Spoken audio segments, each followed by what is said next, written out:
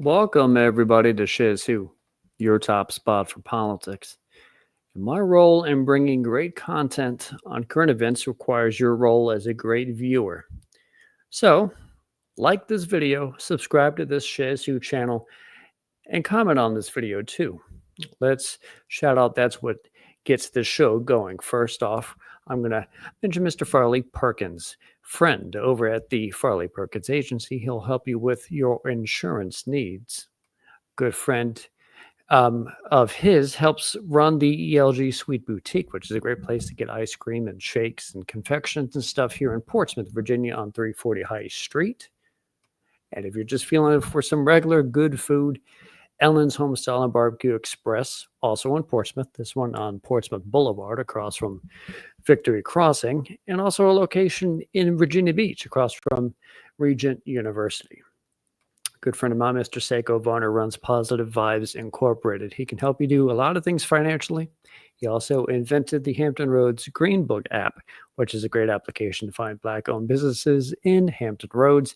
And if you need a DJ, he's also a great DJ. So look up Mr. Seiko Varner, Positive Vibes Incorporated, and the Black Swan Mindset, the Chronicles, a division here at Shiz Who, with some good content coming out over the weekend on some very cool topics. So we just finished Virginia's primary elections this week. The big news is that the Democrat Party of Virginia has Abigail Spanberger for governor. Of course, they didn't have a primary there. She was the solo candidate. But Ghazala Hashmi, a state senator from the Richmond area, won the lieutenant governor seat in that primary. And it sort of comes off as a surprise result, as I thought it would be former Richmond Mayor LeVar Stoney. And I do want to point out Virginia Beach resident Aaron Rouse, state senator, had a great finish. Very tight third place in that race for lieutenant governor. Very prominent stuff down the road for him, I suspect. And of course, Jay Jones of Norfolk is the attorney general candidate.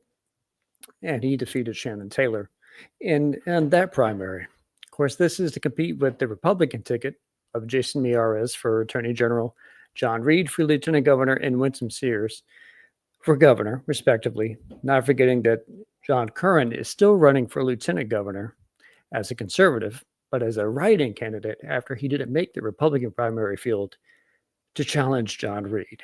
Of course, that is what's going to bring me to tonight's guest, Donna Charles. She's running for governor in Virginia, and I'm glad to have her on to discuss the Old Dominion and her campaign. So let's bring her on right now. Miss Donna Charles, how are you on this Friday evening? Hi, how are you? Can you see me okay? Yes, I can see you pretty well. I hope you don't mind. I'm in a room that has about 3 cats, so every now and then I'm going to hear a random noise, and then I'm going to look off to the side. And that's going to be because I hope they don't chew on a wire or something like that in the midst of the show.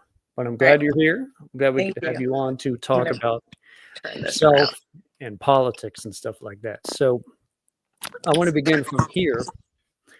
You're from Queens, a first-generation American. What would mark your childhood as particularly cool to you? And while I hear that you're a science nerd, and I'd say that as a fellow science nerd, that once you were one as a kid, you're going to be one as an adult. So what about your childhood really sticks out to you, something pretty cool? Sure. Well, I would say that I grew up of very modest means. I'm a product of a single mom, but my dad was in my life, only lived 20 minutes away. So I got to see him a lot. But my childhood was marked by a lot of opportunity to engage in things that I think a lot of normal kids here in America engage in. I was a Girl Scout for 8 years, and I love that. I did dance classes, piano, and I was a cheerleader as well. And my mom thought it was really important for me to be involved in team sports, extracurricular activities. I took piano lessons. She bought me a piano, and all of this came at great expense to her because, again, she's a single mother and doing the best that she can to provide me the education that she thought was best for me at the time, and also all of the extracurricular activities. But I loved Girl Scouts because it required resourcefulness and creativity, and I got to play with all my friends and hang out, and I really enjoyed that. since your bachelor's is in biology, I assume that's the science part, Yes. subdivision of science that you're the real a big fan of. So why biology and why Penn State University?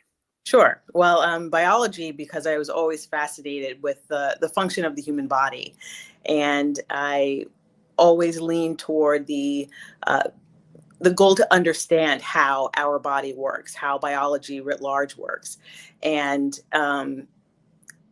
Penn State was a fantastic opportunity. I got a scholarship there, and again, being pretty nerdy in high school, taking a lot of AP courses. Going to Penn State was not necessarily my first option, but I wanted to be a little bit closer to home, to be in New York. But that full scholarship was obviously really important on the academic side, and that's why I chose Penn State. It was really very much a practical matter to ensure that I minimize expenses for my parents while getting the best education possible. Penn State's a very good school, very notable. So no harm, no foul there. um, what led you to the Air Force and why do intelligence in it? And what was Iraq like?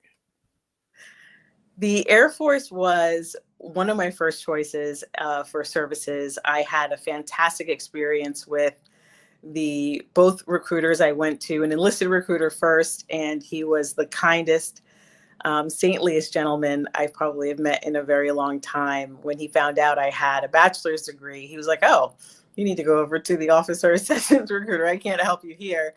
And I hear that that's not everybody's experience. So I went to an officer sessions recruiter, and they signed me up straight away.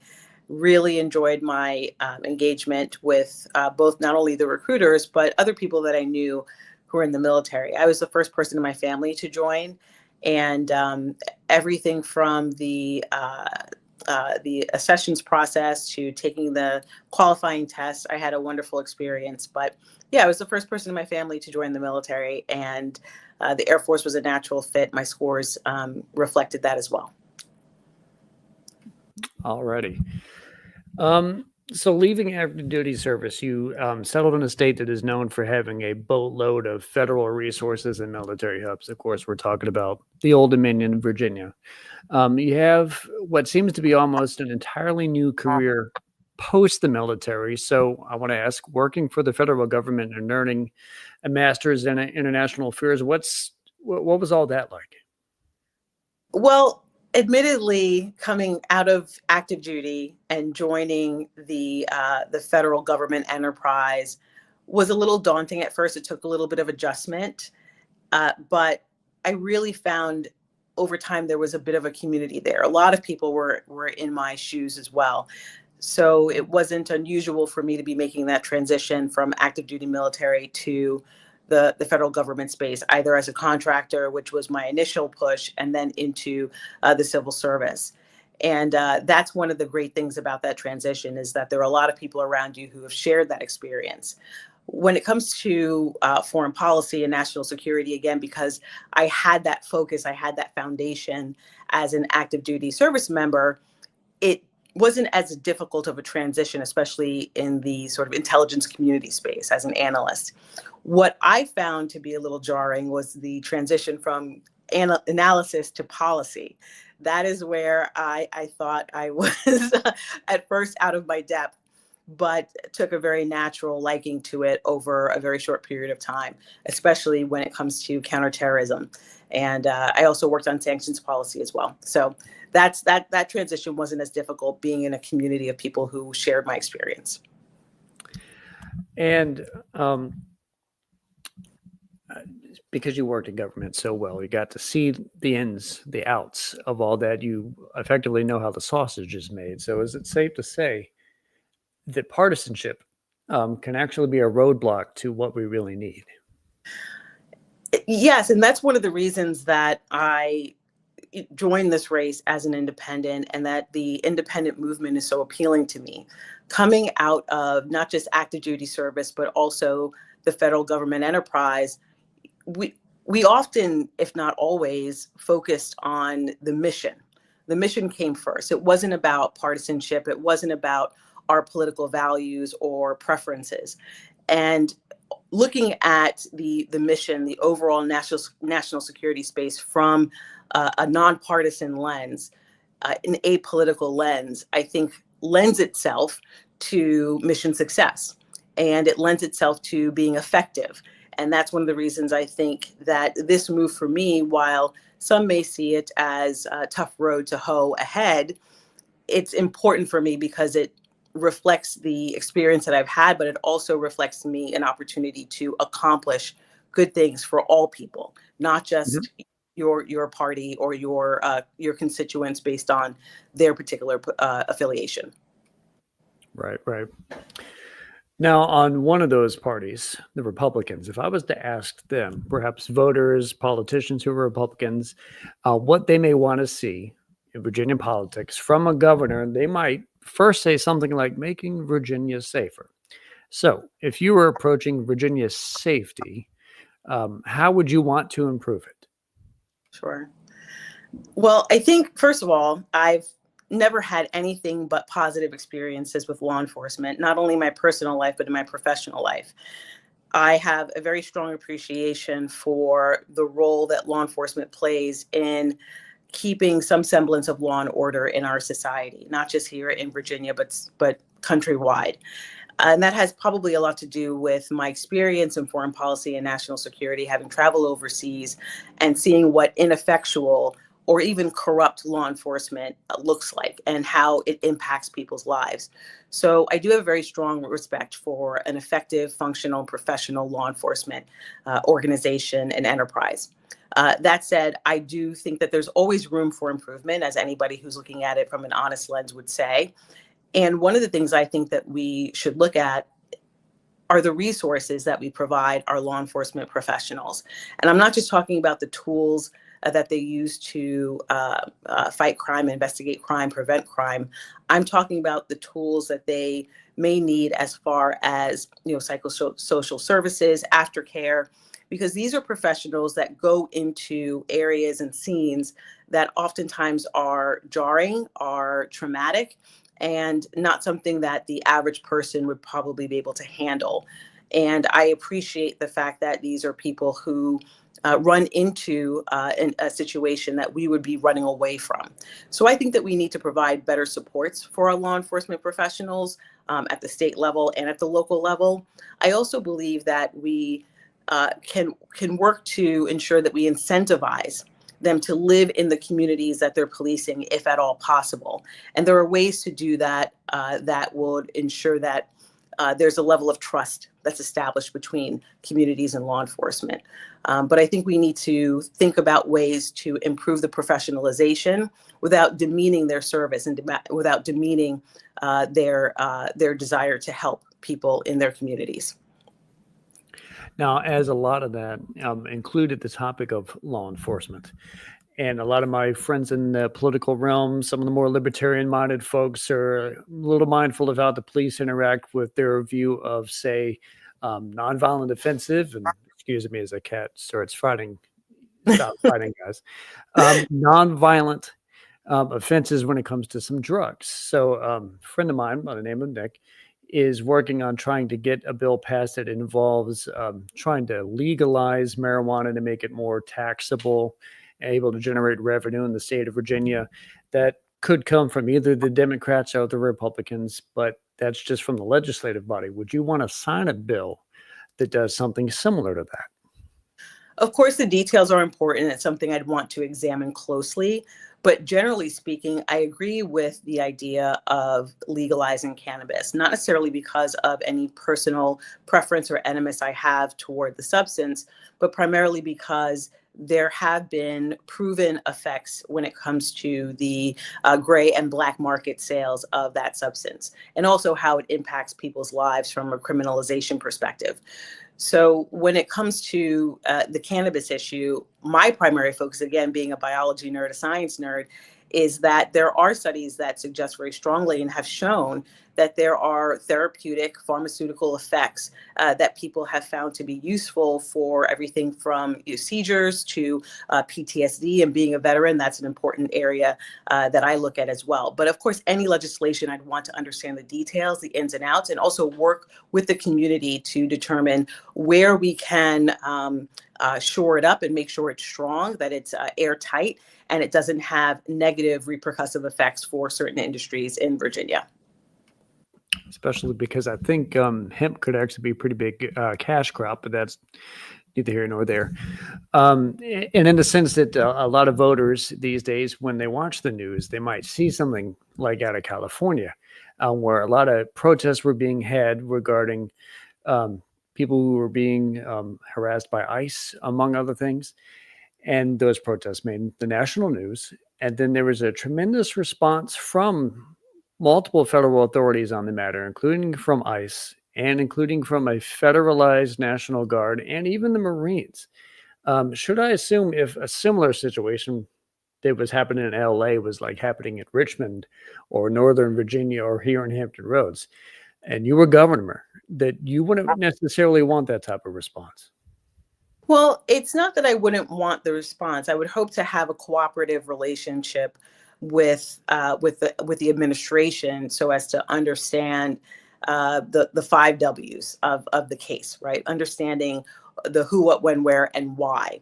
In the case of what Governor Gavin Newsom is experiencing, and also the litigation that it's making its way through the courts, I would say that if the federal government makes a decision to mobilize National Guard, either without the consent of me as governor, I think that there is a process that needs to play itself out. And we're seeing that unfold in California and in the court system. And so far, the appeals courts have said that, and it's a nuanced decision, that the federal government was well within its right to call up the National Guard.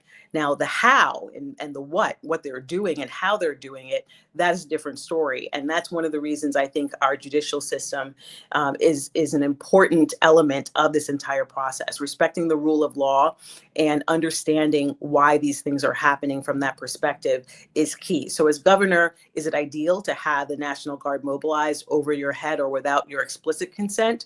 No, but in the case of what happened in California, the courts made very clear that actually that wasn't the case. The governor did have some role in it through his attorney general or his law enforcement arm was notified of this. So again, the nuances is important. And I understand it. Because I want to move on now to education, and it's a bottom-up government service, in my opinion, that the more who experience great education, the better role will be. But that doesn't mean that it is perfect, and there's a lot that could be improved. And as governor of Virginia, how would you like to improve Virginia's education? Sure. Well, one of the things that I put this on my website as well as part of the issue areas is that teacher retention is important. Teacher pay is important. Those resources are critical, but we also have to think about what happens when you have school systems in and of themselves that are not properly resourced, when you have children who are falling through the cracks. So in this particular case, it's not just about teacher and teacher pay and retention. It's about the broader administration of the public school system. And it's a reality that property taxes are the fundamental way in which we finance and resource our public schools. And there are parents throughout the Commonwealth who are unhappy with the public schools they have access to. One of the things that I have championed is something called Smart School Choice, where, again, rather controversial on various sides, but ultimately it allows people to consider the role of taxpayer dollars following their children to a school of choice, one that maybe aligns with their values, aligns with their aspirations for their child. But there needs to be a system administered or created that ensures that public schools are not sapped dry. They're not sucked dry of the resources that are critical for those who still need to go to those schools, especially children with special needs and so forth. So ultimately, it's not just about teacher retention, about teacher pay. and recruitment. It's about looking at the broader administration and ensuring that you have an eye toward lifting all boats rather than allowing certain children to be trapped by their zip code, because we have to do both things at once. It's one thing to finance your schools in a way that ensures that they're effective, but it's another thing to ensure that at that same time, parents have a choice and opportunity to send their children to the schools that they want to. Understandable. And I'm glad you're able to touch on the smart school choice, because when I was showing a couple of people, hey, I'm going to have Donna Charles on today, they looked on the website and they were like, what does she mean by smart school choice? Because they are really big in the school choice. And like, maybe you might be on her side, maybe not, but you're able to expound. So I'm glad that when they watch this, they'll be able to learn. Sure. So, one of the foremost things on Virginia minds right now is our personal economies. And I'd point out Abigail wants to raise the minimum wage, and Winsome wouldn't want to do that. But what are your thoughts on their respective positions as an opponent to both of them? And what would you want to do if given the power as governor of Virginia? Sure. Well, unequivocally, I want to raise the minimum wage to a living wage. And $15 an hour seems like the target, but I'm not even sure, based on the math, that $15 an hour is sufficient for living a dignified life, especially if you are the sole breadwinner for your family. So that is something that I think needs to be reexamined as to whether $15 an hour is sufficient for a living wage. That said, that would be one of my top priorities. In regard to the other candidates in the race, one of the issues that I think is important for voters to consider is not only the rhetoric, but the actions. When it comes to whether or not a candidate is going to advance a particular measure, I think it's important to look at the record. And in the Democrats' case, every Congress, Representative Bobby Scott introduces something called Raise the Wage Act. And every year you have, several hundred co-sponsors for that legislation. And keep in mind, minimum wage hasn't been raised in this country since 2009. I believe it's around $7.25 an hour. And I do recall working at McDonald's and probably making around that much when I was in high school, if not around that ballpark. So that is a travesty unto itself. But I think it's important to look at the record. And in the Democrat candidate's case, it's important to consider that in her first two terms, she did co-sponsor that legislation, as did many of the other Virginia Democrat delegation, McClellan, Beyer, et cetera. But in her last term, she did not co-sponsor that legislation. And I think it's important to examine why that is. What may have transpired, what was going on around that time that would make you do something as basic as decide to not co-sponsor that legislation, because it's not a very heavy lift. It's something your staff does, on your behalf if you give the thumbs up. So it's interesting to examine what that rationale is, to understand why and whether or not that would have an impact on decisions made in Richmond, especially because the minimum wage federally is much lower than that of the Commonwealth. Yeah, $7.25 federally, if I think correct. It was 12. initially raised to 12 in Virginia, and I think it may be raised. It's 12. pegged to go just a little bit up, like 2026. Yes. Yada yada, and all that's going to do is be playing catch up, far behind what needs to be by that time. This is where I interject a little bit of my own personal politics. I became more of a fan of the politics of Bernie Sanders around late 2016ish, going into that election and through 2020, yada yada. He was always trying to get to 15 then. Now it's 2025, and you'd be sworn in January 2026. We're far behind where we need to be in terms of wages. Absolutely. On that instance. And the math is wild when you do the actual math and determine how much at $12.41 a single person is making, let alone a family of four. I believe the mark is around $27,000 a year. And by national standards, poverty level is upwards between $32,000 to $35,000 a year. So that doesn't even meet the mark from a poverty.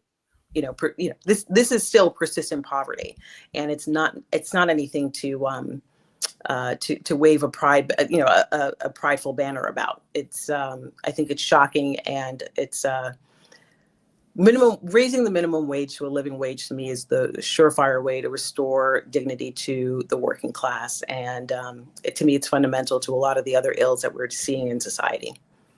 I'm naturally curious if you have any other cool ideas you might want to work on as governor, specifically on the concept of economics. Well, I really like the idea, and that's something I also visited a bit on my page, of looking at the trades and seeing how we can determine where we can improve on the access to education, vocational training, especially when we create a pipeline from high school all the way through undergraduate education. We obviously have a very serious need for experienced and professional tradesmen and women.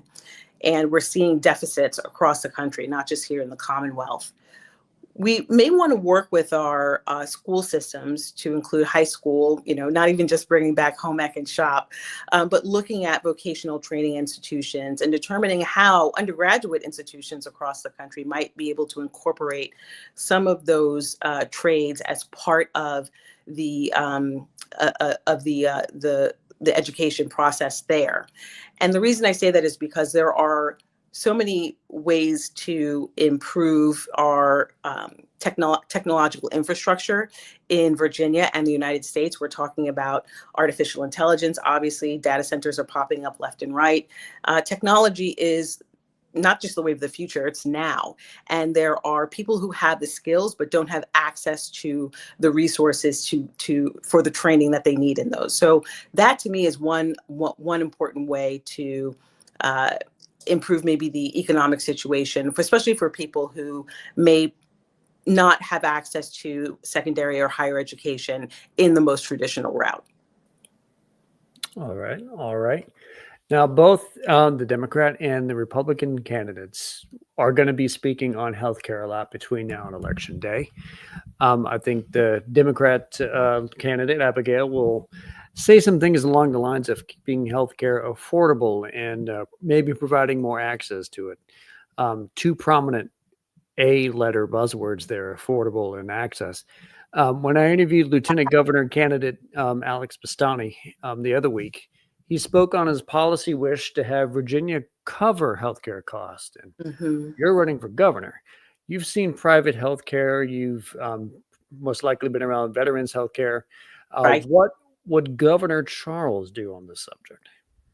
Well, I think it's an important topic to examine very carefully because, as everyone knows, healthcare in this country is very expensive. And there are broader concerns about how to finance a single payer system, for instance. And it's been tried and it's been examined, and no one has been able to successfully really to implement a single payer program in the United States, at least from the perspective of those who look at the economic side of it. I think it's important to assess whether or not there would be significant impacts on our economy if we were to look at a single payer program, because I do consider having access to healthcare also fundamental to ensuring that you have a productive workforce. It's critical to ensure that people who don't have access to the type of employee-tied healthcare still have access to that. And we're also seeing how difficult it is for people who have been removed from the workforce in some way, shape, or form when they don't have access to healthcare that also has secondary and tertiary effects, especially the impacts on the economy, because people end up having to pay for that. So I think a careful study needs to be done as to how we would implement a single payer program here in Virginia, whether or not there are alternatives to that. But one area that I think we can make a very definitive change in the short term is providing affordable prescription medications to Virginians.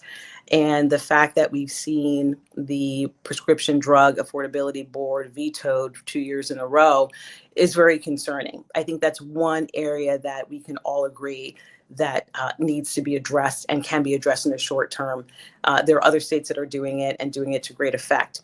So looking at a broader healthcare system here and how we shore up cardinal care is going to be critical, because as we look at one big beautiful bill and we look at the potential impacts it will have on programs like Medicaid and SNAP, we need to think very carefully about how we protect Virginians and how we do so in a way that is economically sound. So that is something that I'd want to explore through a committee that is dedicated to that problem set. Alrighty. Now, Virginia's military population is huge and is largely made up of a lot of veterans in the population as well. So, what would Governor Charles wish to do to help veterans and help our military population? Sure. Another area that I think people have been somewhat focused on is the VMS DEP program, or the Veterans Military Spouses and Dependents Education Program. I realize that there have been some short-term fixes in terms of looking for the funding source through, I think, the next couple of fiscal years for that. But I think it will be critical to find a permanent solution to that problem set, finding a regular source of funding for VMS DEP so that there are no more questions about how this program is going to be financed in the out years. So that's one area that I'm focused on for veterans. The other one is related to veteran spouses, survivors, and property taxes. I think that we, as a Commonwealth and as a country, we owe a debt of gratitude to our veterans, and there are very simple ways that we can address that, especially when it comes to certain benefits surrounding their property taxes. And that's something I'd want to examine very closely and ensure that we have durable solutions so that survivors are not left in the lurch in any way, shape, or form. So those are two areas that I'd want to see improved upon and memorialized for these families. Now, you're running as an independent, which might not preclude you from any personal political leanings, but you are not attached to a party as you run for the governor's seat right now. Neither is John Curran, mentioned earlier when he's running a write-in campaign for the lieutenant governor's seat, even though he is a conservative Republican. He couldn't get enough signatures to get on the way he wanted to get on. I'm curious if your run has gone so smoothly. No, it has not. And I do encourage people to go to my social media. I did post a video about what happened to me, but no, it has not been smooth. And I realize that it's to be expected in politics, but not to the extent that it becomes detrimental to the democratic process. In my case, I've had, essentially sabotage against my campaign, a type of sabotage that restricted my access to the ballot and forced me to reassess my campaign and also pursue a write-in candidacy. And that's unfortunate because as the facts unfold in my case, it becomes abundantly clear that an operative was sent forward to steal these petitions, and that is extremely concerning, especially because the Department of Elections does not have an investigative arm, and law enforcement does tend to treat these types of incidents as more civil cases, depending on the impacts and depending on the facts and circumstances. So yeah, I've had to change course significantly, but it has not deterred me. And I am bound and determined to pursue this candidacy, even if as a write-in. And not to be immediately discouraged because of write-inness. There has been a candidate recently in Virginia history who has won even a delegate race when they had to just write themselves in, and that was Delegate Nick Freitas. He's not running this cycle. He's about to be replaced by Karen Hamilton. But it is possible. It's stacked against you, but it is nonetheless possible as a write-in candidate. So much good luck to you on that one, Ms. Donna. It's going to take a lot of resources for sure. Indeed. And we don't have Michael Bloomberg money or Elon Musk money to run campaigns like that. So folks, if you're interested in helping out an independent voice in Virginia, look up Donna Charles and send a little finances in order to help her out. Donna4va.com if you're interested. Now, I'm also curious, what would be like a 3 minute or so elevator pitch? Let's say you're knocking on a door canvassing. Why Virginia should vote for Donna Charles? Sure. Uh, the reason Donna Charles is an appealing candidate, aside from her bright and sunny personality, is the fact that she's running as an independent, and independent candidates, independent governorship, independent leadership in Richmond will very likely be the key to breaking the logjam for a lot of legislation that tends to end up getting hung up by partisanship. And Virginia is a wonderful example of how we can move the needle on important issues. I don't necessarily think it is, again, enough to raise minimum wage from $12 to $12.41.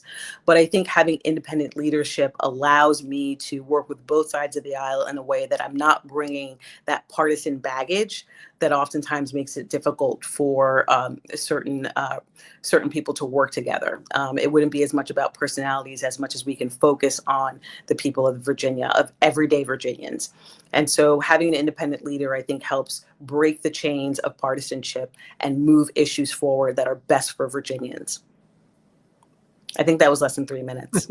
Good little pitch, because as someone who's run myself, I know I've had to just be able to summarize myself in the last little minute. And while I do admit I had wanted that to be my last question, as you were talking, I thought of another topic that I don't want to hurt my friend, because this is an important topic for her. And you mentioned the logjam aspect, and I wanted to give an example because on the peninsula, in the Hampton area, there's a delegate, A.C. Cardoza, who put forth a bill which was effectively called Celeste Law, named for a kind young lady who had something very unfortunate happen to her in school.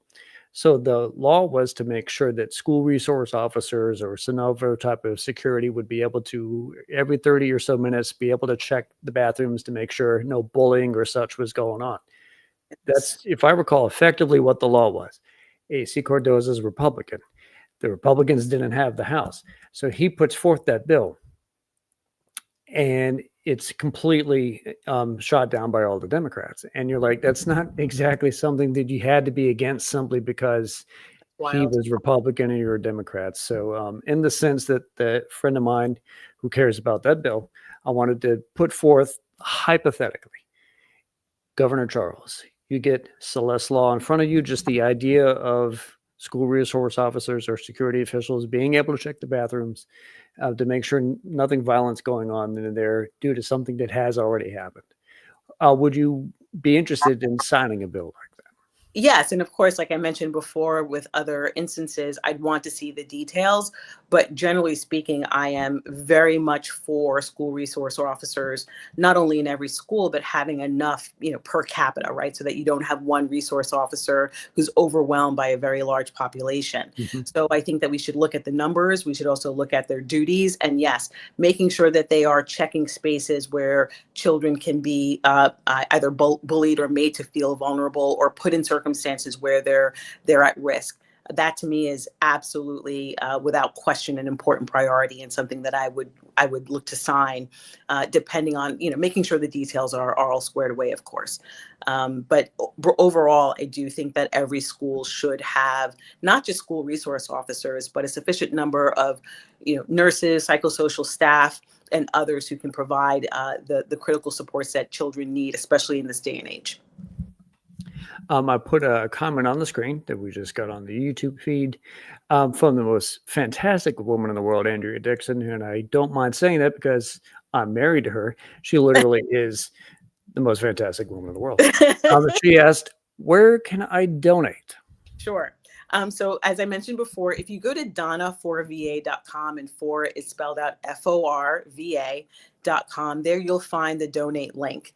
I also have a text to donate campaign. If you dial 801 in your text messages and you put in the word Donna, you can also donate that way as well. So if you go to Donna4va.com or do the text to donate campaign through your mobile phone, you should be able to donate. And I appreciate all the support I can get because, as we heard before, I'm absolutely going to need it. Oh, I got another one here from Mark Lewis. Are Hi, you in Mark. need of canvassers / volunteers? Yes. Hard, yes. um, so, Mark, yes, please feel free to, again, leverage the website to reach out to us directly, donna4va.com. There's a section there that is a contact section for volunteers or people who are looking to get in touch with the campaign. We're always looking for volunteers. So thank you. And any other random socials or something that you would want to point out for viewers to catch up on you before November? Sure. I mean, again, I'm pretty active on, and again, this is new to me, but because I've never been on TikTok before, but I'm pretty active on TikTok. I do have a YouTube page as well, so I do encourage people to take a look at that. I published some videos there that provide some background on where I stand on certain issues that Virginians care about. I'm also on Instagram, Blue Sky. Yes, I even ventured into X. I did that. I don't know how it's going because I've my feed is not as popular as others. But all that to say, I am on the various socials, so please visit me there as well. I love engaging with people who'd like to discuss the issues. Well, this has all been fantastic discussing the issues with Donna Charles, independent governor candidate for here in the state of Virginia. I do want to thank you for coming on Shiz Who, and do hope to stay in touch and perhaps some more discussions in the near future. Absolutely, and thank you so much for your time. I appreciate you having me on the show. Thank you so much. I do hope you have a great Friday night and a great weekend. You too. Thank you. All right, guys. This was a great show for me to have on Donna Charles, independent candidate for governor in the state of Virginia. And as Shiz Who viewers know, this is the great content you have with your top spot for politics. I suggest looking her up by November, studying her ideas, her planks, alongside that of Republican candidate Winsome Sears and Democrat candidate Abigail Spanberger, and make your choice wisely. Thank you for tuning in to Shiz Who. Make sure that you like videos like this, that you subscribe to this channel, comment on these videos. That way we'll be able to be